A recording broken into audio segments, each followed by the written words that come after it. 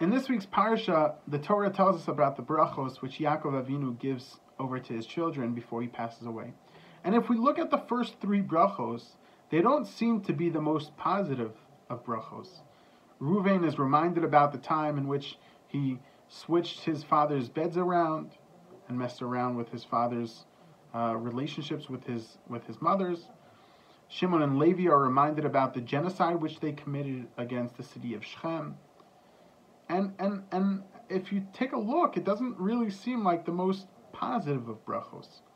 The Chizkuni points out that sometimes in life, sometimes in critical spots in our growth, the greatest bracha is actually a tochecha.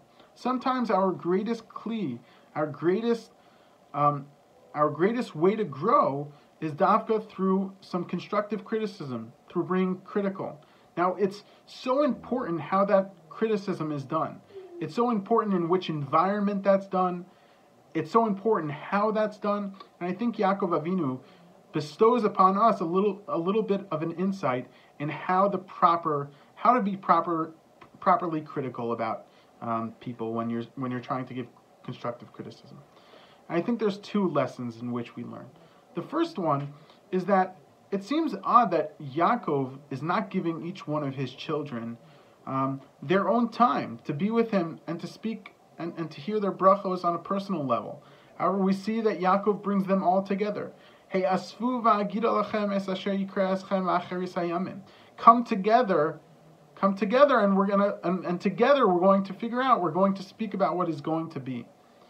Many of the Mefarshim point out that the reason why Yaakov Avinu is bringing them together is essentially because whether the bracha is a positive bracha or it's a negative bracha, whether it's chizuk or it's critical, whether it's constructive criticism or it's an idea in trying to help us in our growth, the first and most important way that it needs to be done is the environment. The environment which Yaakov Avinu does that is alongside your brothers. That as a family we're able to grow together. A family which has been so rampant with so much sibling rivalry and so many different issues, so many interpersonal issues in the family, Yaakov Avinu wants to leave them behind with the following idea. That sometimes we have to be critical as a family and we have to be critical of one another, but it has to be together. Means that when we're critical of one another, we're together. The second lesson, which I think is so important, which Yaakov Avinu teaches us, is how we should be critical, and how should that constructive criticism look. If we look at the bracha of Shimon and Levi, we see a great example of this. The bracha, the Torah tells us, Arur apam ki'az. Yaakov Avinu says, cursed is their anger, the anger which caused them to do such an evil act of destroying an entire city. But points out the Mefarshim that Yaakov Avinu never said, cursed is Levi and Shimon. He never takes an attack at the personality or at the essence of Shimon and Levi. Rather, he says, Arur apam. That trait, that character trait, that's what needs growth. It's not an attack on the person himself.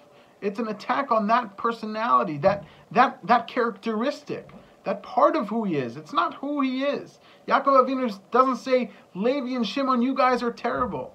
Right? He says, Arur apam. So the three lessons that we learn from Yaakov Avinu is that sometimes the greatest bracha is to be critical. Sometimes the greatest kli, the greatest tool of growth is to be able to give constructive criticism. But we learn two great lessons in how we do that. The first one is the environment which we do it. Together, he has food, togetherness. The second one is that we're not speaking about the person. We're speaking about the characteristic. We should all have a beautiful, beautiful Shabbos.